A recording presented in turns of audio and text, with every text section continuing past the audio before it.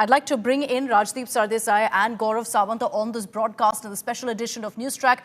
Rajdeep, to you first. What did you make of the Prime Minister's speech? Everyone's referring to it as the Modi doctrine of no restraint and that there will be retaliation. Look, that doctrine was enunciated by the Prime Minister even when he addressed the nation, if you recall last week.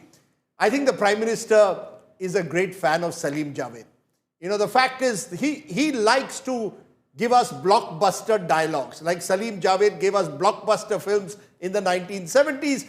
You know, Sindoor, Barood, Khoon Nahi... Garam Sindoor. Mere rago mein Sindoor hai, Khoon Nahi. Look, this is straight out of Salim Javed blockbuster, Amitabh Bachchan, He-Man, angry young man. This is how the Prime Minister's muscular image is projected. The question is, how much of those words are being translated into action effectively? Operation Sindoor, as the Prime Minister says, is the new normal. We will not differentiate, for example. I think that's the most significant part of it. We are no longer differentiating between the sponsors of terror and the government of Pakistan in a way. No longer a differentiation between state actors and non-state actors. And Operation Sindoor showed that we targeted terrorist infrastructure and we targeted military bases in Pakistan.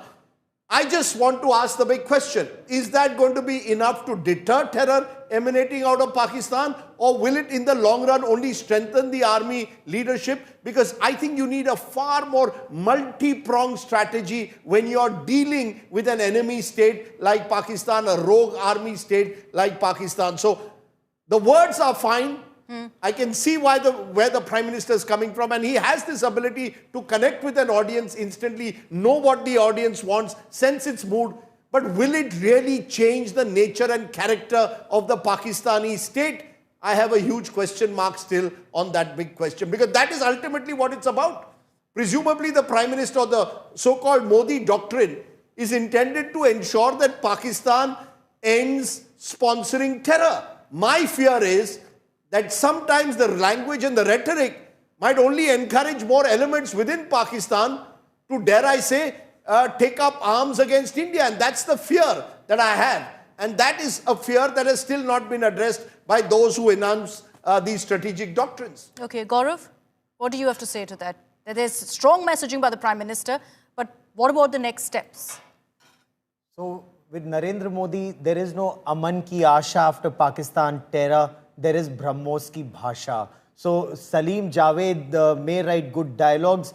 It's only Air Chief Marshal A.P. Singh who delivers the BrahMos supersonic cruise missiles. It's the Indian Army General Upendra Dwivedi and his men who deliver those kamikaze drones that take out the radars at Pasrur. It's the Navy that ensures that Pakistan is kept bottled in. Never in the history of this country responding to Pakistan's state-sponsored radical Islamist terror. And if I may, we've suffered for decades in Punjab and in the rest of the country from the 1980s. I'm not even going back to, the 1940s. But let's take it fact by fact. Rajdeep, you must have reported 1993 Mumbai blast when 257 innocent Indians were massacred. There were no Salim Javed dialogues, but then there was no action either. Let's also talk about 26/11 Mumbai terror attacks. Unfortunately, there was no action at all. When Parliament was attacked, there was talk of aar paar ki ladai. Sadly, only talk. The only time India has shown action is when 13 Pakistani Air Force bases were pulverized. And the Prime Minister today very clearly said, Rahim Yar Khan remains in ICU. That's strategic messaging. 9 terror bases, including at Muridki and Bahawalpur, that nobody could dare target in the past. They were decimated. They were obliterated. Now, if all of that is just dialogue and not action, your BrahMos ki Bhasha is much louder than any Aman ki Asha. So, Rajdeep, then the question is, have we for the first time perhaps taken the most sizable concrete action against Pakistan after a terror attack? Look, at the end of the day, the proof of the pudding will be in the eating. If over the next 12, 24 months, as a result of the various steps taken by the Modi government or the so-called Modi doctrine, Pakistan ends its support for terror, I think Gaurav Sawant is spot on, and then can claim that the Prime Minister's Modi doctrine has worked. But if I look at the last decade, just look at how things have changed. 2014, Prime Minister Modi swearing in, who does he invite? Nawaz Sharif. 2015 December, who does the Prime Minister go and meet and do jhapiya papiya with? Nawaz Sharif. The fact is, for years, and previous regimes also reached out to Pakistan. Lahore Bus Yatra, Parvez Musharraf being invited for a cricket match, meeting Manmohan Singh. We've tried the jhapiya papiya with Pakistan. It didn't work. Even with Prime Minister Modi, it didn't. Terror attacks have taken place even in the last decade. Pulwama happened, Pathankot happened, Uri happened, and now Pahalgam has happened. I will accept Gaurav's view that we need this kinetic action into 10, as the Modi doctrine claims it will have, if it ends Pakistan-sponsored terror. You don't think it will do? I don't know.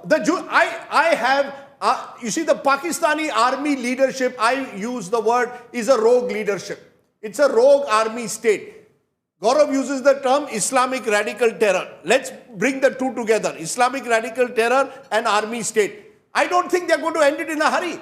I think with a country like Pakistan, you need a multi-pronged approach. You can't only rely on kinetic action. To my mind, using the Indus Water Treaty, pushing Pakistan to the negotiating table may be a far better way to actually reach some kind of a tangible solution. But they've done that, Rajdeep. What do you mean when you say multi-pronged approach? Do you think there should be dialogue? What is it you're saying should be done? Look, I think you have to have a kinetic approach where necessary, but you're also going to have to, you cannot change your neighbors. So at some stage or the other, India and Pakistan will have to resolve this on a negotiating table, bilaterally.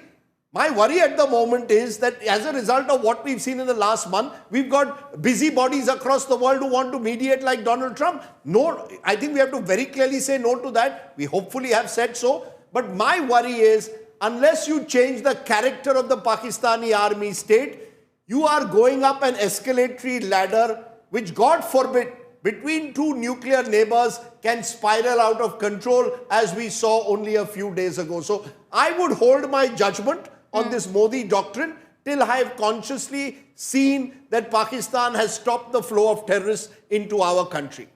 Gaurav, what do you think? Is Operation Sindoor, yes, is ongoing, but looking at what's happening right now, how is this going to end? Do you think, like Rajdeep, that there should be dialogue, a multi-pronged approach? So let's take this step by step, and let me try and explain. 1993, when we were struck, nothing. We did not retaliate. We were struck again. 26/11, when we did not retaliate, when 166 people were massacred, we were struck again. So Pakistan realized that it can continue to hit us because it has nuclear weapons. We will do nothing. And actually do nothing. On the contrary, not only have dialogue, but agree to an introduction of Baluchistan, a reference to Baluchistan in the disaster that was there at Sharm el-Sheikh, the disaster at Sharm el-Sheikh. When Dr. Manmohan Singh's government agreed to that Sharm el-Sheikh. I completely agree with Rajdeep that Prime Minister Narendra Modi invited all the SAARC heads of state, when he was sworn in, heads of state and government, and then he dropped in unannounced at Lahore. That was his attempt to reach out to Pakistan. Every leader, Rajdeep, has realized reaching out to Pakistan to the great cost of lives lost in our country, that Pakistan is a radical Islamist state sponsor of terror, and you need to slam it into submission each time. Dialogue does not work, because when you have dialogue, they prepare to hit you. Now, let me also explain. The post-Uri surgical strike that happened, Rajdeep, Pakistan did another terror attack, which was Pulwama. Then when you struck them in Balakot, Rajdeep, we never had another 26/11 in our country. We never had any other part of our country being targeted except our country in Jammu and Kashmir. So that Balakot sent across a message when you were using air power. That was massive escalation, that we'll use air power to punish terror. 5 years, one message went. Again, because Asim Munir wanted to strengthen himself in his country, wanted to wrest control of power, he did a Pahalgam, and Rajdeep, he's been slapped across his face, left, right and center. That army neither has Izzat nor Iqbal today. An army where you can hit Sargodha, an army which is a nuclear weapon state and you can hit Noor Khan, an army which is a nuclear weapon state and you can hit them from POJK to Sindh, is not an army worth its name. 1971, their pants were taken off. This time, once again, that emperor has no clothes in Pakistan. Every military analyst will tell you that. Those who chose, and if I may, Rajdeep, his nuclear blackmail has been called out when the area around Sargodha was targeted very effectively, when Jacobabad was targeted. He wants to escalate. We are on top of that escalation ladder, and India has proved it. No, but Gaurav, you have highlighted several instances of how we've hit back at Pakistan in the last many years. So are you suggesting that every time there should be a deterrence and then Pakistan goes quiet and then again it's a flare-up, again we respond? What's the end game here? With a terror state, there is no end game. Across the world, you have to keep striking, you have to keep fighting, you have to remain on top of that situation. You cannot do one Balakot and think, okay, now I'm safe. You have to continue degrading his military capabilities, which is what India is doing. And it's not just military capabilities. It's a multi-pronged offensive. Diplomatically, you have an all-party delegation that's out to expose them. You have the Indus Waters Treaty that's being held in abeyance. There is no dialogue that's happening. And I'm sorry, if somebody comes into your house and takes over your drawing room, you do not have dialogue and say, oh, darling, let's share the drawing room. No, you do not share your drawing room. You just throw him out of your house. And that's exactly what needs to be done. Pakistan needs to be out of POJK, including northern areas, and sooner than later, that shall happen. In the limitations of the current situation, Rajdeep, we speak of a multi-pronged approach. Are we seeing that right now? A multi-pronged approach, diplomatic strike, digital strike, and military. Look, again, I will say all of this will be tested on the ground. Gaurav Sawant can claim that, what did he say? That we've taken the pants of Pakistan? In 1971. 1971, we effectively ended the idea of Pakistan as an Islamic state, a state founded on religious identity. The various linguistic other cleavages that existed within Pakistan were exposed by what happened in 1971 and the formation of Bangladesh. We're even seeing today parts of the periphery of Pakistan, whether it's in Khyber Pakhtunkhwa, whether it's in Balochistan, the country has imploded from within. There are serious crises within Pakistan that are taking place. My fear, though, is the one thing that unites Pakistan is anti-Indianism. And we have to therefore be very careful with some of the rhetoric that we allow to get the better of us. The last thing we need is to have a jihadi general in Pakistan being strengthened. That's my only limited point. I'm not saying there are easy solutions out there. The civilian leadership, sadly, is too weak and to be able to effect any of those solutions. We've tried to do dialogue with them in the past. Lahore Bus Yatra with Nawaz Sharif, it didn't work. We attempted it even during Manmohan Singh's time. It didn't work.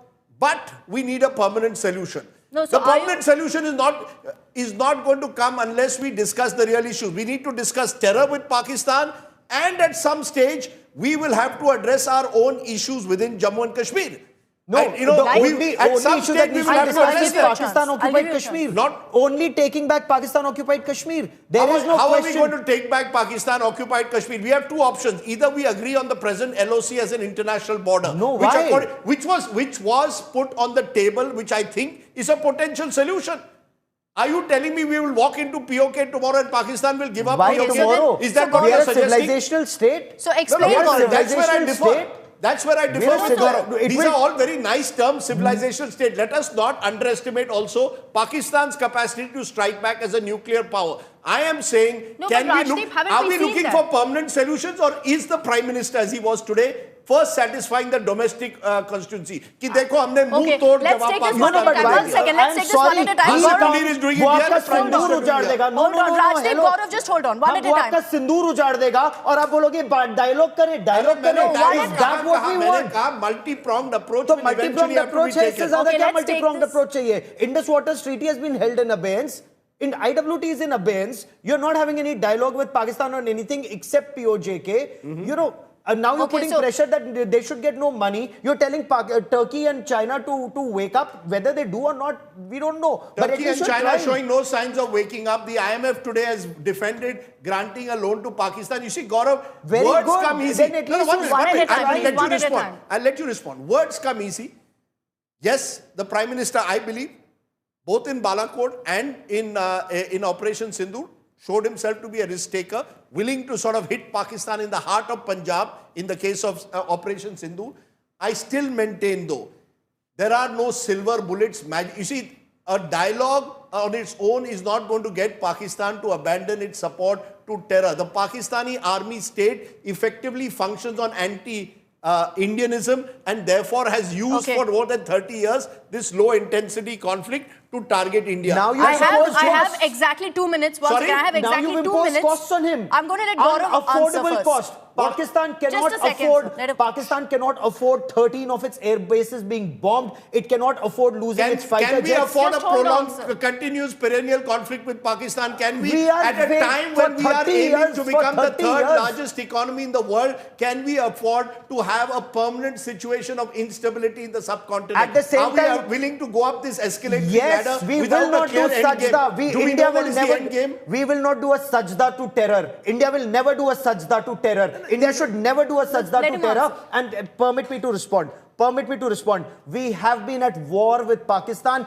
except that we haven't realized it. Now we are realizing it. Pakistan has bled us continuously since 1947, when it sent in tribal raiders and took away a part of your Kashmir. Point one. Point two, India can afford it. Pakistan cannot afford this long war because Pakistan is a beggar state. Beggars cannot fight wars. So let's be very realistic. Okay. Pakistan is in a bad position. Baluchistan is its biggest province, which is giving it grief. Afghanistan cannot stand Pakistan. If they also mount an offensive, Pakistan is in grave trouble, and that grave trouble I'm is out of only time. intensifying Very in quickly. the months ahead, Rajdeep. This man, Asim Munir, he may be a field marshal today. It may be a box of exploding mangoes very soon. You know, Okay. a couple of nights Rajdeep, ago, yes. I watched the latest Netflix series on how Al-Qaeda's Osama bin Laden yes. and Osama bin Laden were taken out. It has been always my belief that eventually you need to also ensure that you have the muscle as well as the mind to be able to do those kind of high-risk operations. Absolutely. I believe, Well therefore, done. the kind of covert operations, whether you're going to actually be able to do that, we don't know. I'm only saying, before you go ahead and believe that you believe your own rhetoric at times, These are be facts. conscious of the Facts. fact that you need to have the muscle and the mind to be able to run these operations successfully over an extended period of time. You're dealing with a state that is not going to back down so easily. Neither Therefore, will we. I'm Our not saying resolve that, is of course, stronger than his. I am saying that. I just wish everybody in this country had that strong resolve. I am saying our priority I've is, run out of- compare a Pakistan, which is a basket case that has gone 20 odd times to the IMF, with India that wants to become the third largest economy. I hope we can reset do our both. priorities Okay. and also look at the other real danger in our neighborhood, which is China, which we can discuss on another day. I will choose to end this on one issue that both agree on, which is that it takes muscle and mind to tackle Pakistan. And I think Gaurav, Rajdeep, both of you agree with me on that. We'll wrap it up. Nishchaya. That is what the Srimad Bhagavad Gita says. Okay, we'll wrap it up with this. Thanks very much for tuning in.